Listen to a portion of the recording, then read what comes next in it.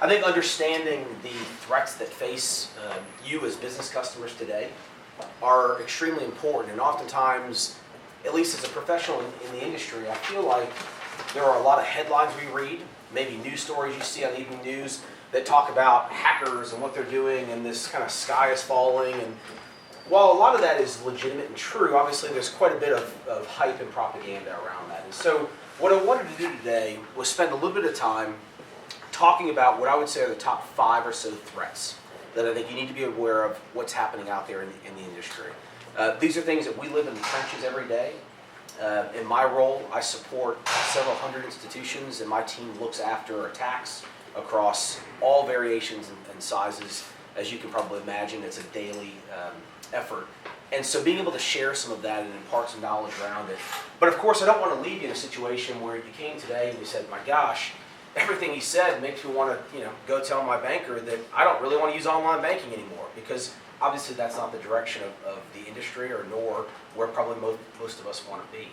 And so I want to give you a couple of tips to take with you, things that I think are really important to be thinking about that you would be able to implement and use. And then of course I'll stick around for some questions, and we'll talk through questions, whatever they might be that you possibly would have, and I'd love to help answer some of those for you.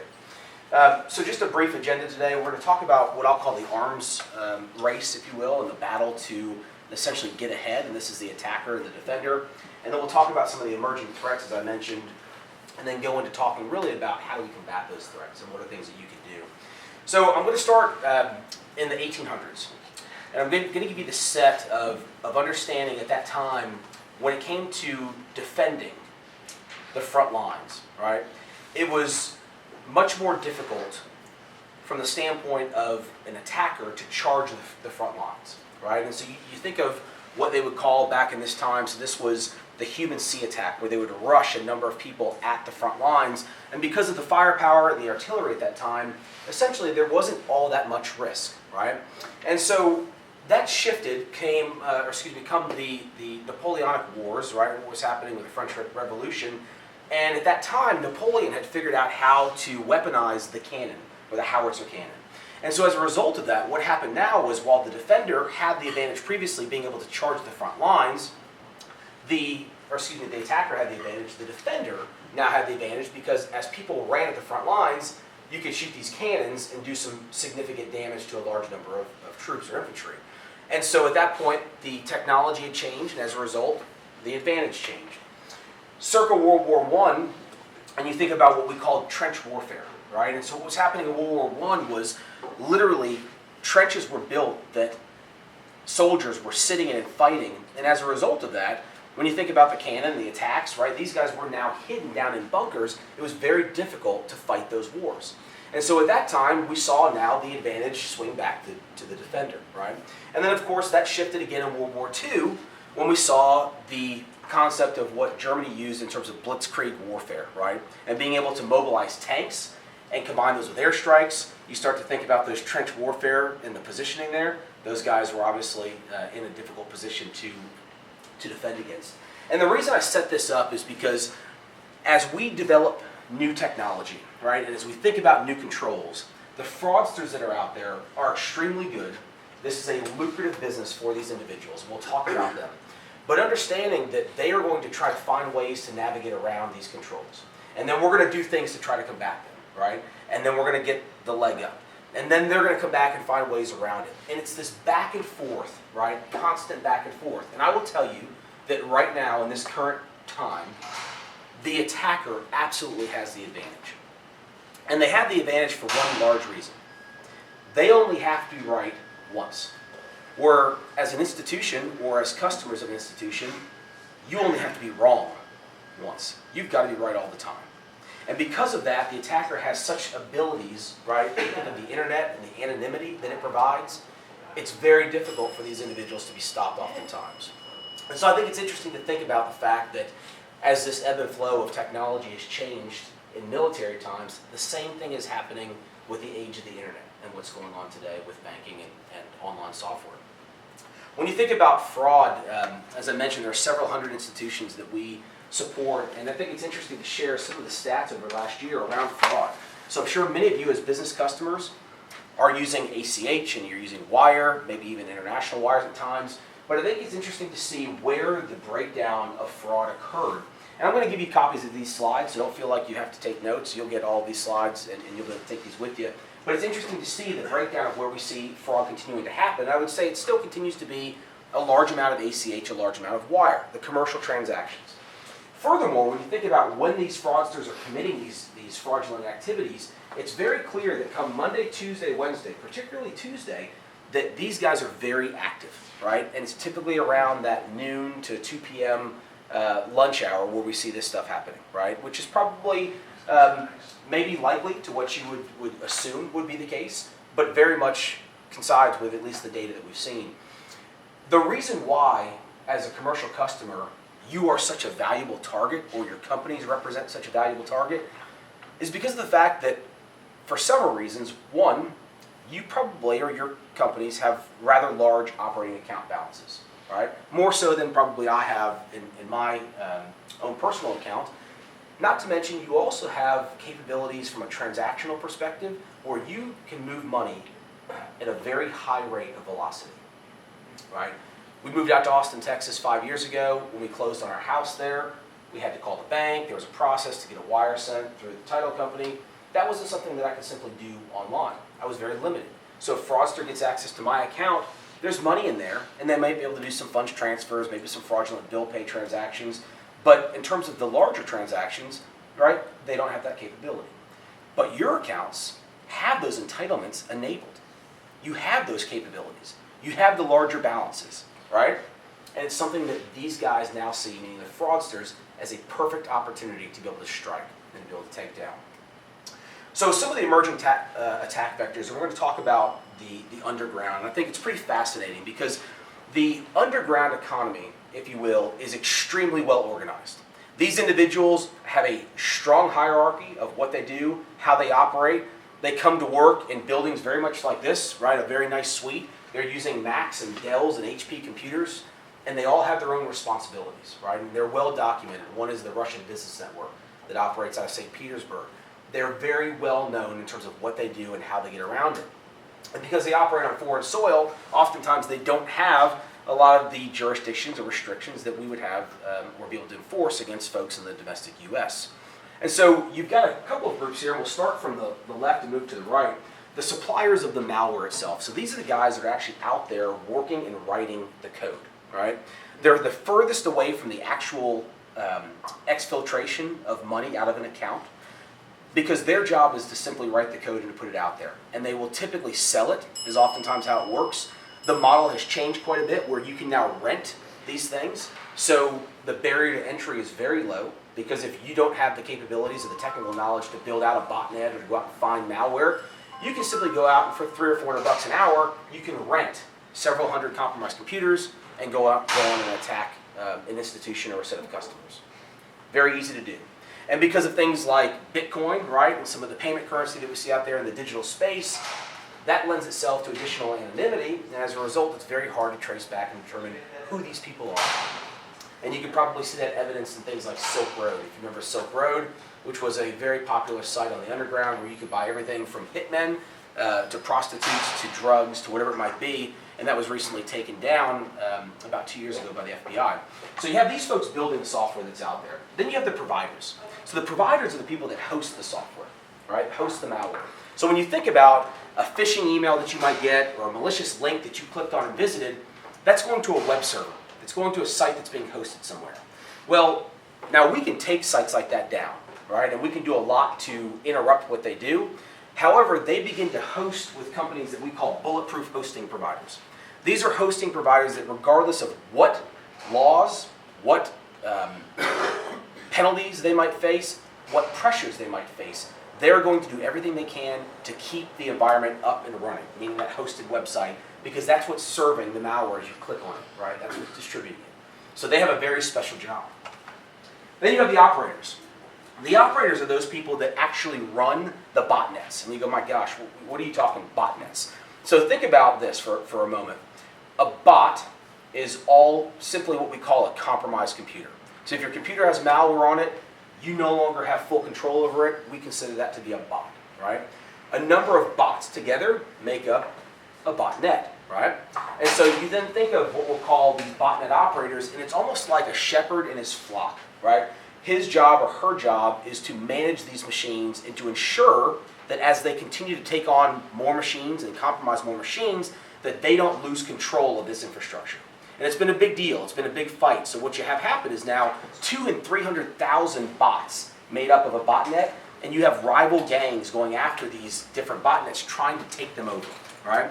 And even in 2014, a very famous case with the FBI with Game Over Zeus. It was one of the most prolific financial malware variants out there. The FBI actually took over that botnet, which had over 300,000 machines on it, and began to run it in a way that they were actually cleaning up all the people's machines that were affected. Interesting things that are happening there, because oftentimes, at least in my world, I go, what is law enforcement doing? Because it feels like there's a lot they could be doing and maybe they don't have the capabilities. And then last but not least are the gangs, right? And these are the ones that you actually hear about committing the crimes. These are the ones that are closest to it. Just this past week, there were 6 individuals arrested in Russia, and those folks were responsible for a number of denial of service attacks against banks. Those types of attacks simply throw lots of traffic at a website and try to take it down, right? Oftentimes for a social or politically motivated type reason. But this is kind of the structure. And the reason that these individuals all operate differently is because they don't trust each other, right? Probably very much like in your own businesses. Not that you don't trust your employees, but you have separation of duties, right? No one should have full access to your accounting GL and be able to process payments and approve wires. There's separation of duties. And you do that because you don't want to have the risk of somebody on the inside running the gamut and obviously committing fraud inside. And so these individuals are very much concerned about their own people turning on them and taking this from start to finish. And so they break up the hierarchy. Kind of interesting. The fraud process itself is pretty straightforward. It involves planning and targeting an attack, setting up and launching the attack, and then ultimately cashing out, right? The cashing out we see through the use of money mules. If you haven't heard that term before, that's essentially an unsuspecting victim that's been tricked into being engaged in cybercrime. They're oftentimes very sad stories. I've worked on a number of these cases, and I will tell you that from single moms to individuals that have fallen on tough times financially, they've really bought into the fact that they believe they found a great work-from-home opportunity, and they're actually doing this job and performing like they're a true employee. Little do they know that they're simply being scammed, right, as what we call a mule. And a mule is essentially somebody that is used to funnel money through an account and ultimately commit the fraudulent transactions really without knowing it. And it's very sad and unfortunate to see those things. So let's talk about a couple of the actual vectors, right? We're going to spend some time on some of these. So the first one that I'll offer you is banking Trojans and malware that's out there. We hear about that, right? Trojans, malware, it's something that sits on your machine. It has the ability to do things like inject screens into a session, has the ability to steal credentials, key log things, right? And so if you look at this particular email here, so we'll start with number 1 and move over to the right there. This was an email that we had received, and so if you notice, it's a link to an HTML document. Right? For those of you that don't know technology, HTML is simply the language that we write web pages with. Pretty innocuous. There's really no reason to be concerned clicking on a link like that. However, when you click on this link, you would see a blank page. Nothing is displayed. However, if you go and look at the source of the page, this is what's on the source of the page. And what's happening here is that there are 2 JavaScript files that are being called on another server. Well, what happens is JavaScript is then called. It executes on your browser, you don't see it happening, you don't know it's happening, and something's gone on to your machine now. And at this point you go, well, the web page didn't display anything, it's blank, and so you close the page. But at this point, those 2 script files have executed, and whatever they were doing on the back end is now on your machine. In this particular case, this is an example of Upatre, right? And dire malware, which again was one of the most prolific in the past 2 years. In this particular effort of investigating, we found that there were 2 check-in sites, and again, I'll get you these slides so you can look at them. But what would happen is these would actually stage and download malware and go out and look for updates. So what would happen is over time, when the attackers decided they wanted to change their target, go after a different institution, or even add new functionality into their malware, they could do so remotely by having these command and control servers pushing out updates. Pretty interesting stuff, right? And then ultimately what we found, and this is a small snippet of the configuration file, but these attackers actually build this malware to target institutions, specific institutions, right? So in this case you see up here, Mercantile Bank of Michigan, Northwest Savings Bank, Washington Federal. There's a handful in here, but these are legitimate targets that were in a list of 137 that we recently had the ability to look at and examine further. And so what happens now is that because these are actually listed in a configuration file, when the malware gets on my machine, it will hook my browser process. So you run Chrome, Safari, Internet Explorer, whatever your browser of choice is, the malware will hook the process, meaning it will start to watch everything that process does on the computer. So then when you visit, let's say Associated Bank or one of the ones that's listed in here, it now comes alive and goes, okay, you are now visiting one of my targets. I'm ready to come alive and I'm ready to work. So you don't often see things until it's time for it to happen. And what will happen in this particular case with this malware is that it would inject additional pop-up pages in the session itself, your banking session, that would look legitimate. Legitimate, right? Literally to the point where the branding, the styling, the font, everything looks like this particular bank that's being targeted. But what it will do is ask you for additional elements of data that you would never give to your institution. They would probably never ask you for, right? Things like social security number to validate who you are, or your birthday. Those aren't typically things they need to ask for because your bank has these things, right? But as a result of you being presented with these, you don't always know, and you go, well, maybe it's a security check. I'm on my bank's site. It's legitimate, and so I'll enter in that information. At that point, data is being sold off, right? And that's kind of how that works. So it's very scary when you think about these things because you don't know what's actually happening on the machine. And that can be very, very concerning until after the fact. The next concern that I'll offer up to you is what we'll call ransomware or cryptoware. And for commercial companies, I would say that this is probably one of the most concerning. If you haven't heard about this, this is essentially being able to, if you're victimized, malware being downloaded on your machine, but instead of the malware stealing credentials or popping up fake web pages within a banking session, what this malware is actually doing is encrypting all of the files on your hard drive. So now guess what happens? You go to click on a file, you can't access it. And you're presented with a message very similar to this, and it says, hey, your files have been encrypted. If you want them back, you're going to pay a ransom. And you're going to pay a ransom in the form of a Bitcoin, right? If you're not familiar with Bitcoins, we're not even going to get into that, but that's something that you would literally go out and buy this digital currency, and they typically will go after, maybe a couple $100, right? 5, 10 Bitcoin. I think a Bitcoin today is maybe $300 or $400, right, in its U.S. value. But what will happen is you'll have to pay to get this back. Now, what I'll tell you, in my experience, half the time the encryption key that they give you works to decrypt the file. Half the time it doesn't. So you end up paying this ransom, and you have maybe a chance, maybe no chance. So the recommendation here is obviously to make sure that you're backing up this data. And there's been a number of companies that have had this type of malware installed on servers where they didn't have backups, and it has crippled organizations, and that's a big concern. So when you think about what again is happening out here, it's being able to essentially lose data on a machine. Yes, sir? So if you have this ransomware and your files are encrypted, and then you back up like something on cloud backup where it's overriding your last backup, Yep. Can you lose? You absolutely Then you're backing up the encrypted. That's right. So the question he's saying is, hey, if I've got a backup going, maybe iCloud or Dropbox or whatever you use to back up your own personal files, well, it's going to overwrite what was out there last. Now, oftentimes there are snapshots where you could go back to a snapshot and retrieve that, but it would be something worth looking into, because if it's encrypted and then corrupted essentially, and then it gets copied out to your backup location, you might be in a very difficult situation, right? So I'll tell you personally, right, I use a local hard drive. I put it in a big safe at my home.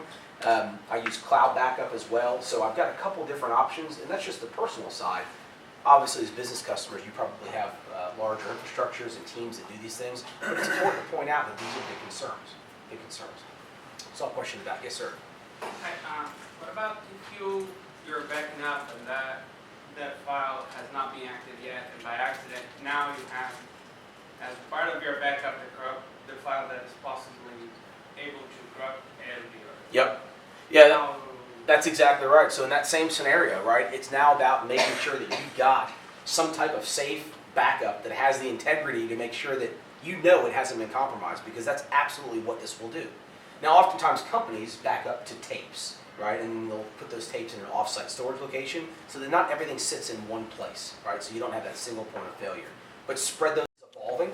So what's happened most recently is that one of the most prolific pieces of malware that was out there that was called Gozi has combined itself. So two malware groups have gotten together, and the group that has built this product called Nimian, which handles ransomware, and Gozi, which was handling a lot of the ability to steal credentials, they're now a combined, morphed piece of malware called GoZNIP. So now, if you're infected with this piece of malware, not only can it encrypt your data and steal it, hold you for ransom, but it can also steal credentials and do things like that. So these malware operators continue to find ways to push new feature sets out there today. Right? Pretty concerning when you think about that. Mobile is a big one, right? I don't know how many of you use mobile banking today, but I know that in the industry we see clearly a shift towards even commercial customers beginning to use mobile banking. All right? It's very convenient.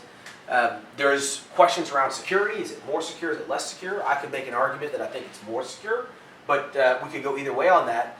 But understanding the threats out there in the mobile space today. So if you're using mobile devices, right, there are a lot of things, particularly in the Android space, that are very dangerous. That's simply because of the way that the Android marketplace and the model has been built. It's nothing against Google and the way that they've built the operating system. They designed it in this open way. It's meant to be that way. And as a result, I'm now, as an Android user, I'm an iPhone user, but as an Android user, I can go out to third-party stores and I can download applications. There's less vetting. There's more of a chance that I introduce malware. This particular one has come out, this was February this year, called Ace Card. And what was really concerning about this is that when you would launch, if you were affected by this on your mobile device, and this is Android only, if you would launch your banking application, what would happen is that this malware would put an overlay screen on top of your banking application, digitally, right? So now you think you're signing into your bank because it looks the same, but you're not, in fact, at all signing into your institution's mobile banking site. This is something that people go, well, how do I stop this? And there are a number of ways and there are things that your institution is actually pursuing and looking at that will provide protections around these, but this is recent. It's one of the newest things that's come out, right, as a way to trick people, right? But if you think about all of this, it all comes back to this concept of being tricked, right? And we're going to talk about that because being able to be vigilant and aware, that's going to be your biggest defense out of everything. Yes, sir? What about banking through mobile web versus mobile app?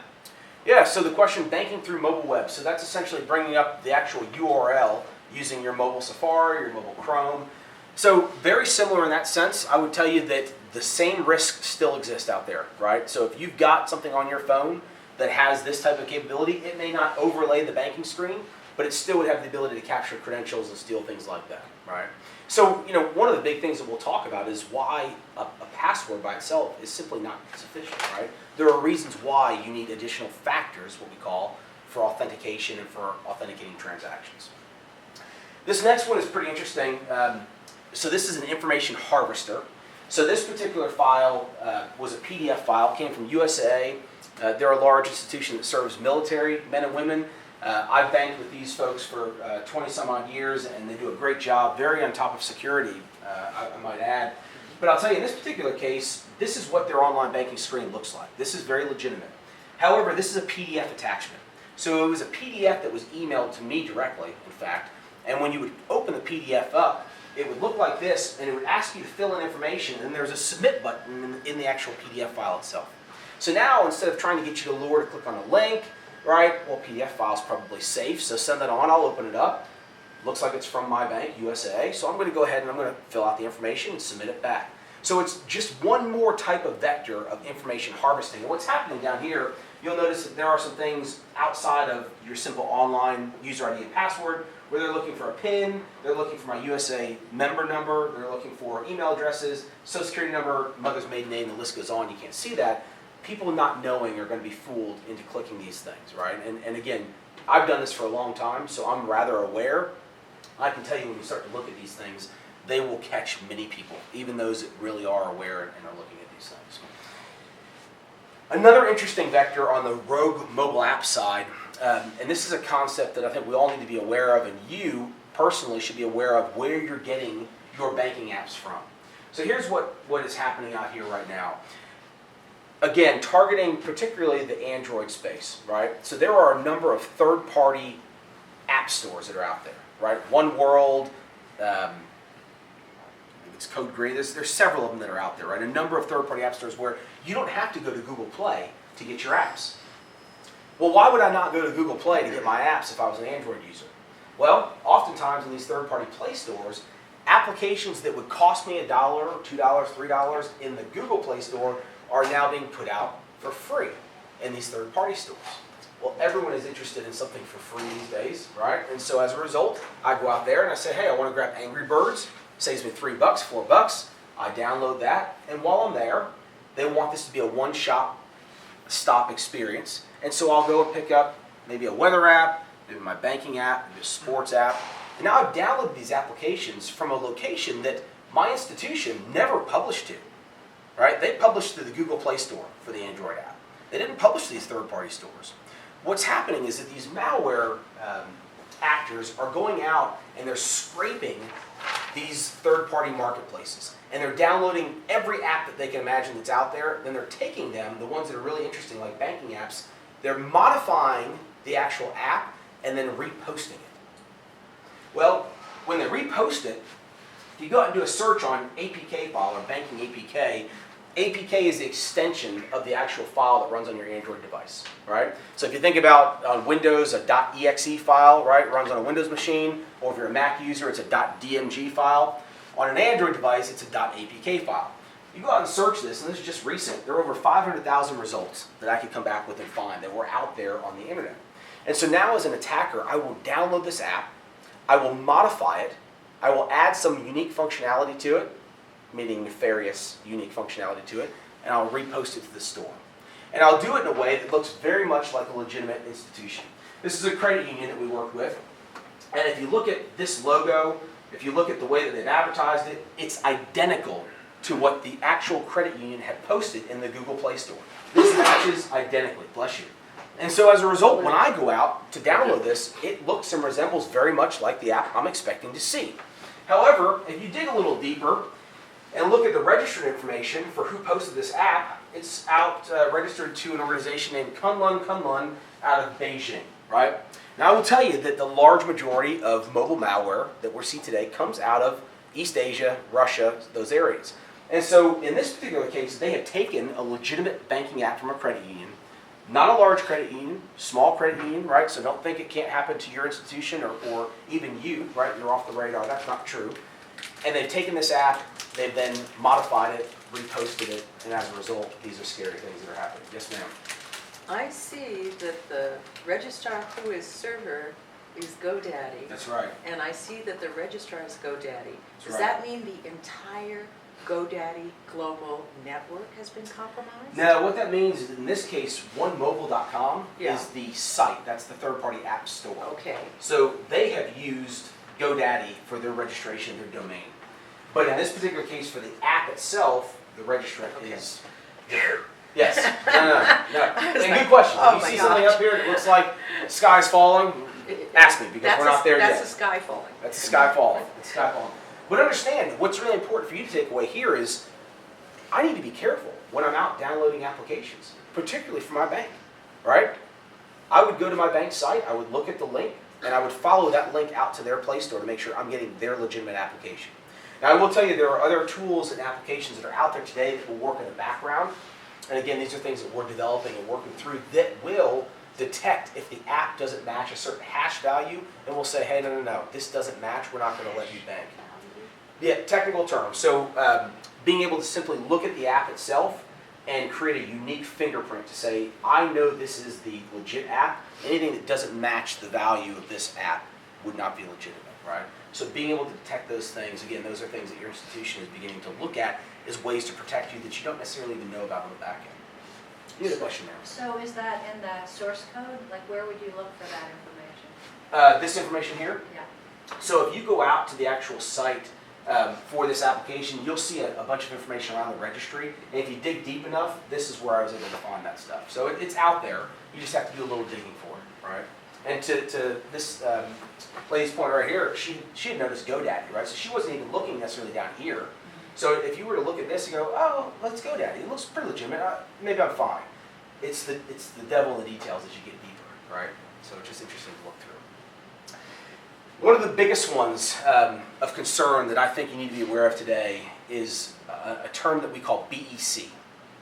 And it stands for Business Email Compromise. I don't know if you've heard of this before, but it's a scary, scary threat. Part of the reason why it's so scary is because it's so easy to do. So here's the scenario, right? Email is going to come in looking like it's legitimate, maybe from a CEO, and I think I've got a screen shot here. So let me jump to this and show you what this looks like. So you get a typical email, right? It comes from maybe a CFO, and it says, and I see a lot of you nodding going, yeah, we've seen this, I got this. I got that. Yeah, right? So this is a major problem. So this has been reported in all 50 states. Since October of 2013, this has cost businesses in the U.S. $3.1 billion. It's a huge loss. So here's what's happening. Email comes in, sense of urgency, says, hey, I need you to process this wire payment to so-and-so. Get it out right away. Looks like it's coming from an executive in the business, and so we're all inclined to follow orders and to make sure that we're responsive to our management. And so as a result, somebody then transfers and makes that transaction. And it's just like that. And as you know from transactions, wire transactions, ACH, they're very, very close to immediate, right? Particularly on the wire side. I mean, there's not very much time between when a wire is issued and it actually posts. And so as a result of that now, it's that high velocity capability with this low tech sense of fraud. There's nothing high tech about this, but it's me sending you an email to make it look like it's coming from a legitimate person in your organization. Oftentimes, if they have gotten to the point where they've compromised maybe the credentials of the CEO, they're able to look at his or her calendar. So they're going to send these emails when he or she is in a meeting or on vacation and do it in a way that's going to give them less opportunity to scrutinize and catch it. And realizing the sense of urgency that comes with this, all of a sudden the person that's receiving it goes, okay, I need to act very quickly and turn this around. Very concerning when you think about the large amount of dollar loss that this has fraudsters have been able to perpetrate through simply using these things. So be aware of these things, right? Oftentimes I'd say have a code word, right, that you know. And if the code word isn't a part of the email or hasn't been sent in a way that I can validate who you are, don't respond to it, right? Pick up the phone. Call somebody. Is this legitimate? Are we really sending money to Russia? $500,000? Seems odd. We've never done that before. Might be doing it today. Don't know. Just want to check, right? That due diligence, is not going to be something that I would think anyone in your organizations would question or chastise you for following through on.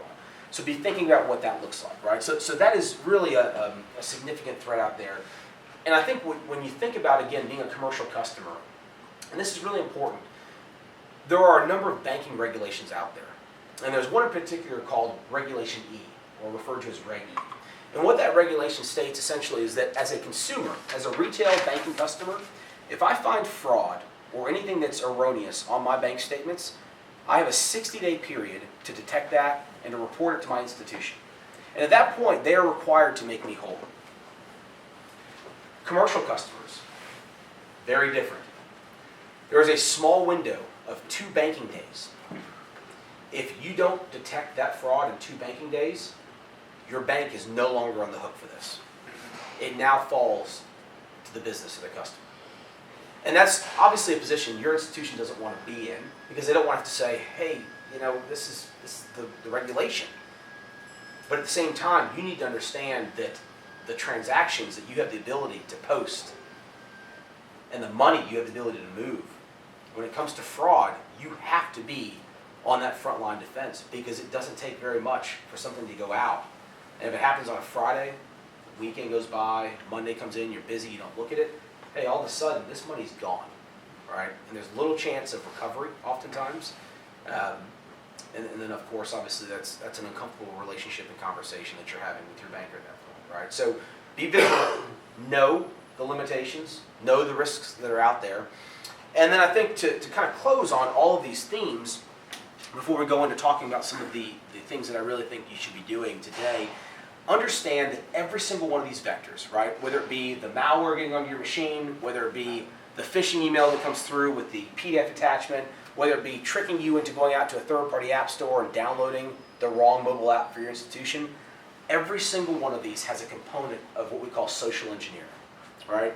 And social engineering is essentially me as an attacker taking your trust and abusing your trust.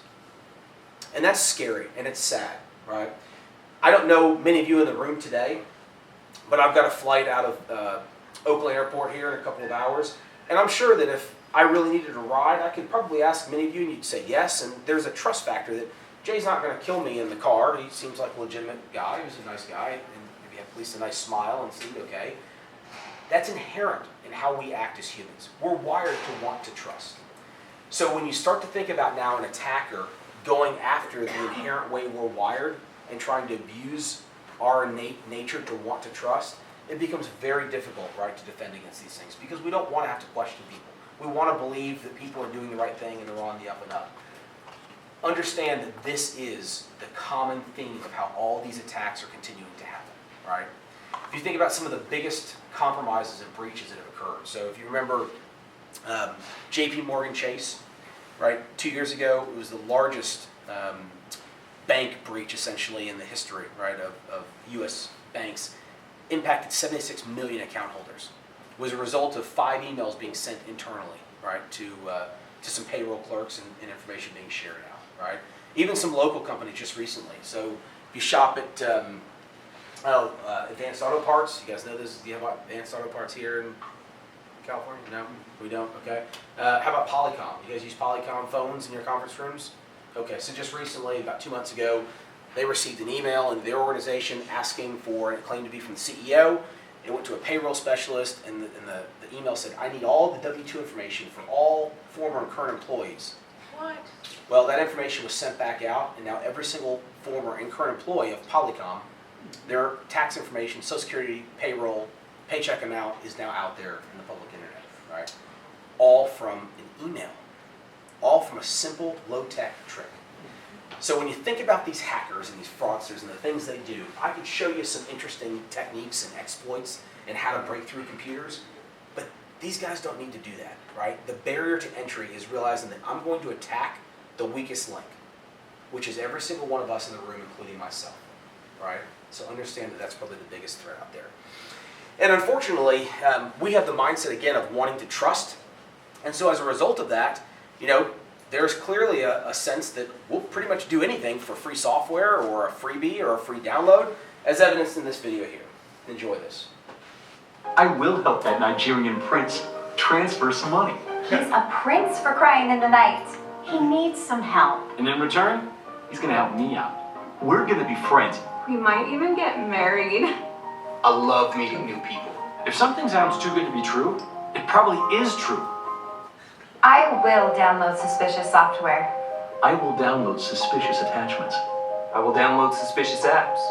If there were a button that said download malware, I'd click it. Oh, I'll download malware. Like the plague. I'll download the plague. And email it to everyone. So maybe far-fetched, right? But understand there are probably employees in your companies that think like this. Not intentionally or overtly, but they're, hey, whatever, I'll click the link, I'll download this. I don't really have to worry about that, right? So be aware, right, when you start to think about imparting wisdom and sharing some of this knowledge back with your organizations, that you need to be cognizant of the fact that not everyone has this sense of urgency and thoughtfulness when it comes to security. As I mentioned, it's really this concept of being able to take your human nature and as an attacker, turning it against you.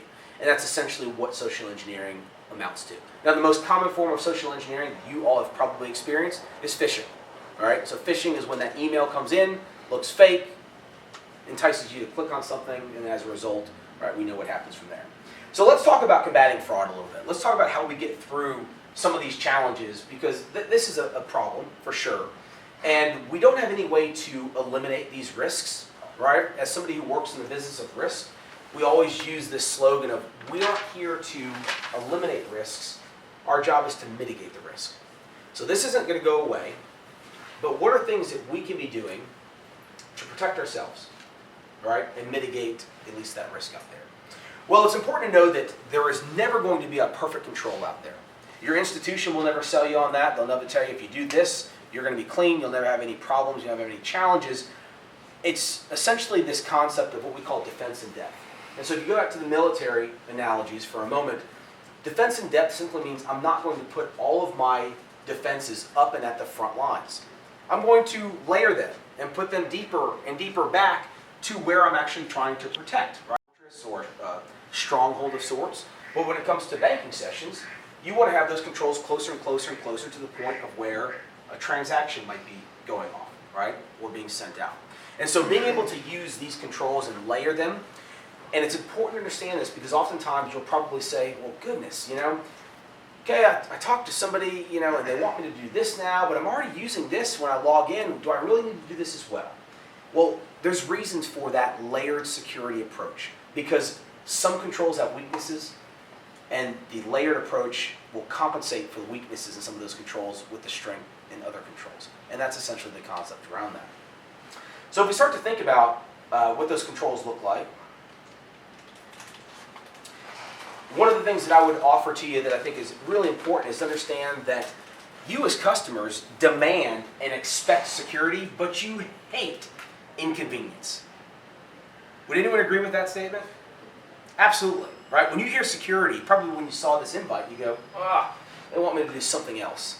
There's some other thing I got to go through, and it just makes my life more difficult. I don't want to have to do it, right? I want to just be able to access it and have it my way. And I think we live in a society today where it's very much, if you will, a selfish society where we want things our way and we want it now, right? I want to watch that movie and I want to watch it on my phone. I'm going to download it from iTunes and I'm going to watch it now. But it's very much that self-satisfying, do it now, everything is instant gratification. And so I sat down and we had a focus group with a number of customers to talk about computer security, just to understand what their concept or their mindset was around it. And so it's a brief clip, but I want to show you and at least share with you what they had to say about it, because I think it probably echoes very much the same sentiments that we would have. So here's what they had to say. Okay, let's get started by trying to describe computer security in a single word. Piece of shit. Maybe we can watch our language. I'll write down frustrating. Write down language. And why don't you write down language? Slow dumpster. Yes. Big bag. Bag pop up. That's 3 words. If you say it fast, it's 1 word. Little humor, talk about cybersecurity, right?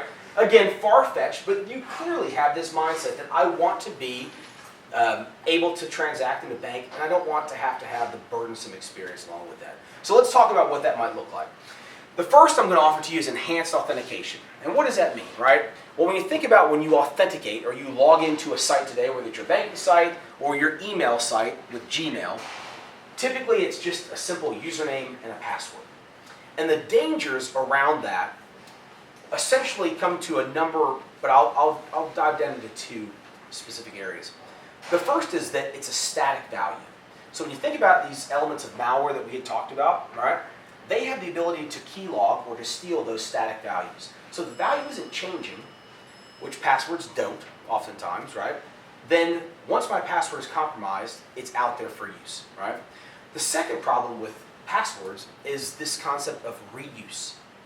Now, I won't ask you to raise your hands, because I would raise mine as well.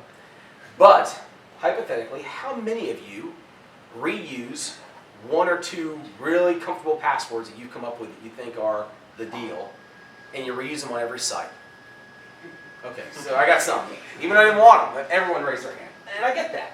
Because, again, these are inconvenient. What's the easiest way for me to get in? Well, when you think about things like LinkedIn, I don't know if you guys use LinkedIn at all, professional site, a number of you do. They had a huge breach of passwords, impacted 117 million users, right, just in what past month. Well, what's happening now is that those passwords matched corporate logins, webmail accounts, Netflix accounts, banking accounts. And so these fraudsters now have said, I don't care about the LinkedIn credentials, but I do care about the LinkedIn credentials because it might be the same credential to be used on another site. And so passwords, we're in this mindset of having to use these things, and I hope that as we grow as an industry, and folks like myself have an influence on where we go, that passwords go away. My parents never grew up using passwords. My grandparents never grew up using passwords, and I hope that my kids, as they continue to grow up, don't have to grow up in an age of having to use passwords, because they're extremely complex, they're hard to remember. We talked about the reasons why there might be challenges around that. And in fact, Jimmy Kimmel if you watch Jimmy Kimmel on The Late Show, had done a little bit of a investigation to understand, by going out into Hollywood Boulevard, whether or not he could get people to reveal their passwords. Again, demonstrating the weakness in that. So check this out.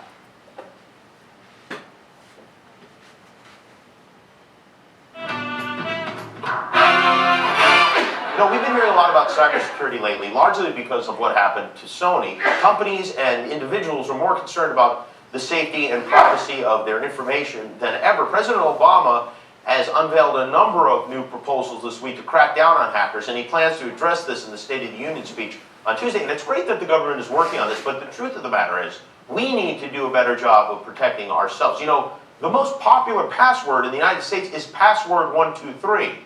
And as long as that's the case, we're vulnerable. So today we sent a camera out on the Hollywood Boulevard to help people by asking them to tell us their password. And this is how that went. We're talking about cybersecurity today and how safe people's passwords are. What is one of your online passwords currently? It is my dog's name and the year I graduated from high school. Oh, what kind of dog do you have? I have a Chihuahua Papillon. And what's its name? Jameson. Jameson. And where did you go to school? I went to school back in Greensburg, Pennsylvania. What school? Hempfield Area Senior High School. Oh, when did you graduate? In 2009. Oh, great. My cat's name and then just like a random number. Okay. And so you had this cat for a while? Yeah, she's my childhood pet. Aw. And what's her name? Her name is Jolie. Jolie. So like a password of yours would be Jolie and then a number? Yeah. Like number 1? Like my birthday. Oh, when is your birthday? June 12th. Oh, nice. What year were you born? 95. Oh, great. So Jolie, 6, 12, 95. Yes. Got it. So you mean to give my password right now? No, I cannot do that. But we all want to know what it is so we can tell you if it's strong or not. Oh my goodness. Let me think. Okay, one is Tel Aviv. Yeah. 468, and then Israel. It's only 3, but it's, you know, it's for me it's strong enough. Ireland, 1, 2, 3, 4. Gemma, 1, 2, 3. Spelled G-E-M-M-A. Oh, beautiful. Yeah, so like What's a good Italian password? my grandma's name. What's your grandma's name? Maria. Maria. So Maria is your password? Oh yeah, now you know my password. Well, the important thing is So you understand passwords are flawed, right? So what options are out there when it comes to looking at passwords, right? So a number of them. And when you start to see things like two-factor authentication, right? Think about today when you log into a website, right? And they ask you for a username and a password, and they say, hey, we're going to send you a one-time validation code, right? Typically out of band, meaning outside of the device that is actually being transacted on, right? So the mobile phone is a great one, whether it's a text message or an automated phone call. Could be a token, right? So maybe you probably use tokens, right? Either the hard key fob or the soft app that sits on the phone, and that generates a one-time password. Now what that means is that you might steal my username and you might steal my static password. But because that value on the two-factor side changes every time, you're not going to be able to access my account. So when you think about the malware and all the things that were happening before, you go, well, wait a second. If I just had a random value every time I logged in, I've got a pretty good shot at keeping these guys out of my platform, out of my system, right? So understand why some of those controls are out there. Now, other ones that would be, I think, very interesting are things like biometrics, right? Biometrics around things like Touch ID. So if you think about the iPhone and when it was first released with the 5S, which had the Touch ID feature built into it, you know, I began to show people and unlock my phone and say, hey, this was cool. I just unlocked my phone with my finger. Nobody thought about it like security. You know why? 1, it was cool. 2, it was very natural to me. I touch this fingerprint sensor on my phone probably 75 times a day, I would guess. So if you're asking me to authenticate now by using my finger, it's very natural. Gets back to that inconvenience versus security. You're achieving both now, right? MasterCard recently rolled out a pretty unique application around selfie pay.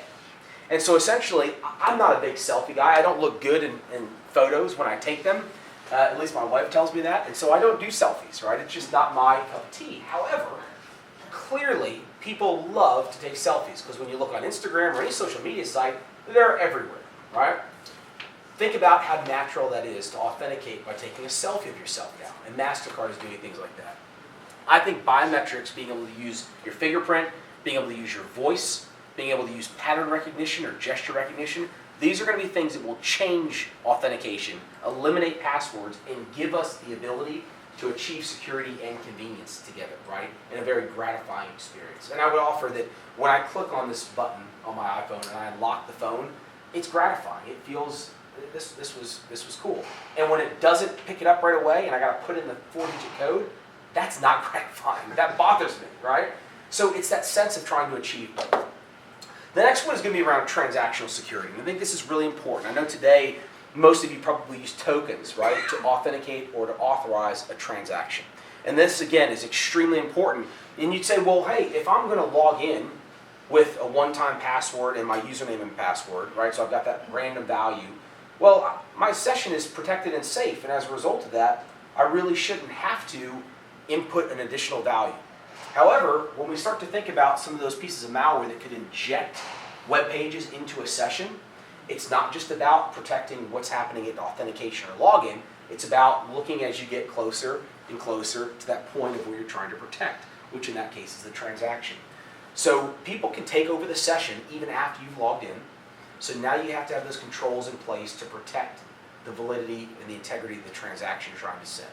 That's where these token values come in. They're also one-time passwords. They allow you to authorize a single transaction. That value can be used once and no longer. So extremely effective controls. When you start to think about everything we're facing and what we're dealing with, these are very good controls that will help stop a lot of the threats that are out there, right?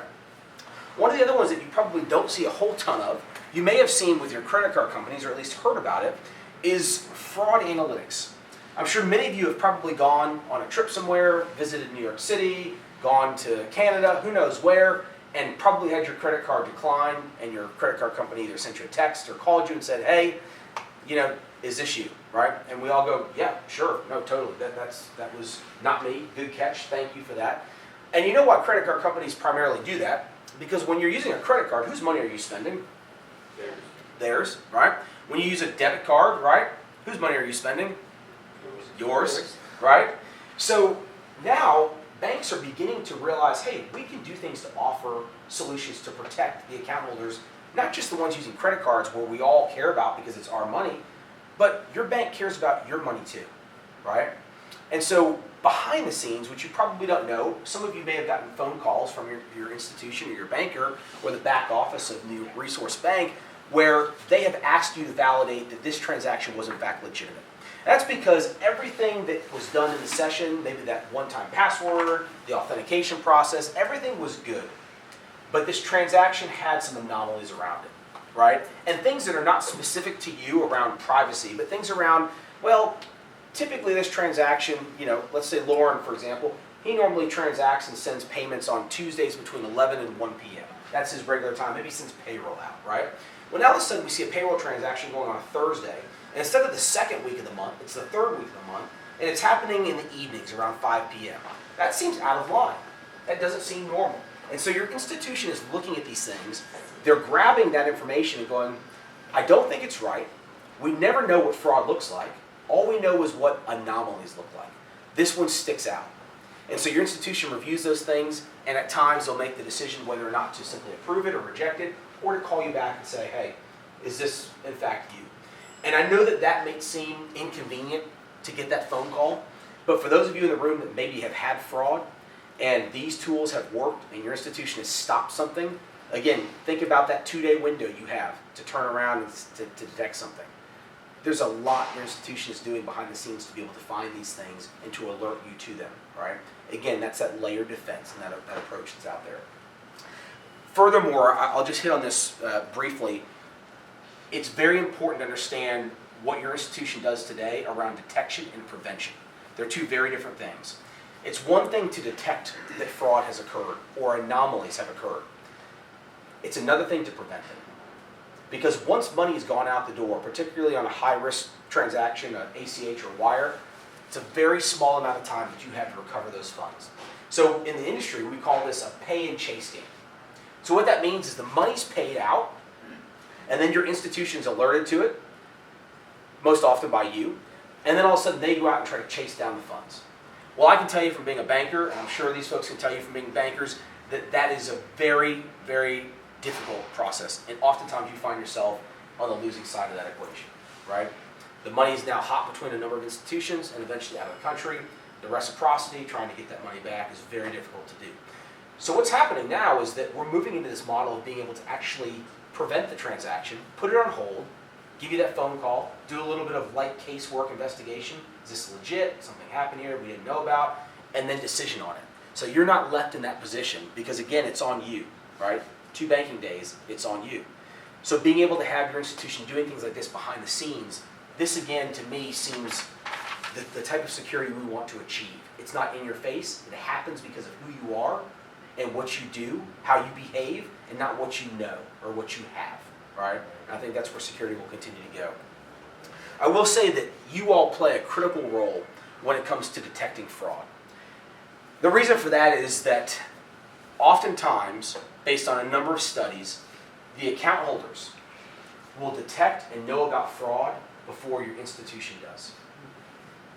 Oftentimes, you're probably in your accounts, or those of you that have that responsibility for your organizations are in your accounts constantly. You're reviewing things, right? And so as a result, you're going to have the best chance to catch these things first. A recent study came out and said 76% of fraud last year was detected by customers in U.S. institutions before banks. It's not to put a blame on banks, it's just to say you're in there and you know what your world looks like. And you know when something seems anomalous or off. And so as a result of that, being able to be that frontline defense. Don't think of yourselves as just being a potential victim, right? Or a potential target. Think of yourself as being on the front lines and actually helping in this fight against fraud. And I use this graphic. I wish this was a picture of my little girl. It reminds me of her, just that tenacious attitude. But it's this mindset of working together with your institution. They have that vested interest to protect you. You obviously have a vested interest to protect your own funds. And it's really important that there's this partnership where you're working together, that they're explaining why they do things the way they do. You're understanding what's important and why you need to have certain controls in place, so that there's a common bond here where you're trying to do this together. And I think that's extremely important. So as we close up here, I'll offer this to you. Check your blind spots, right? I speak at a number of institutions. I speak with a lot of banking customers. I've been from everywhere from Capitol Hill, speaking with senators, to Hawaii, speaking with large conferences. And all of them oftentimes have this sense or this feeling that fraud is not going to impact me. It's not going to be me, right? I'm a small guy. I don't mean much to the fraudsters out there. Money is money. These individuals are motivated by financial gain. They don't care where the funds come from. They only care about making money. Your money is just as valuable as one down the street at Bank of America or any other institution. Don't think you're off the radar by any means, right? When I showed you that snippet of some of the institutions that were targeted by that piece of malware we talked about, those weren't the largest institutions, the top 50 in the US. They were community institutions, right? Oftentimes, these fraudsters think that community institutions don't have the same controls or capabilities, but in fact they do, right? And they've got a much more vested interest in trying to help and protect. So just a couple of closing thoughts. We know this threat landscape is continuing to evolve. We know that the military analogies we use to talk about the attacker and the defender and the advantage swinging back and forth has clearly not going to change. And right now the attacker clearly has that advantage. As we work through security and trying to figure out what works, it's not perfect. So don't rely on that one single control or that one single tool that's going to protect you, because most likely it won't, right? It requires a certain amount of accountability. It requires your vigilance as customers. Assessing risk is critical, right? And that's something that your bankers will do with you, understanding where your limits should be on transactions, what entitlements you should have. Restrict those things. If you have people in your organizations that have capabilities to move money that don't need it, or it's just there as a safeguard, remove it. Don't let that person be victimized. Call your banker when they need to do something and say, hey, I need to have these rights added back. But let's mitigate that risk. We can't eliminate it, right? We know that attackers will continue to maneuver and get around the things we put in place. They're motivated, just like we are, right? And then, of course, last but not least, it's that effective strategy of multiple layers that are Boston Red Sox fans. And so I threw this into the clip because I'm a Yankees fan. I was in New York last week, and there's probably one of the greatest baseball players ever, Yogi Berra, who, whether you like the Yankees or not, had a number of prolific sayings, right? Things that they refer to as yogiisms. And these things didn't always fully make sense, but when you listen to them, sometimes you go, gosh, that guy was somewhat forward-thinking. So I'll leave you with this quote, and what Yogi had to say was, the future ain't what it used to be. You're embarking in a world, right, where there are a lot of threats out there, and you are valuable. Your accounts are valuable, right? So be vigilant and stay on top of these things. We're about out of time. I will be around for questions, but I appreciate the attention. I appreciate you allowing me to come speak with you today. Thank you to New Resource Bank for having me here, Kay, and Christy and others. It was a pleasure, and I appreciate your time and attention today. Thank you.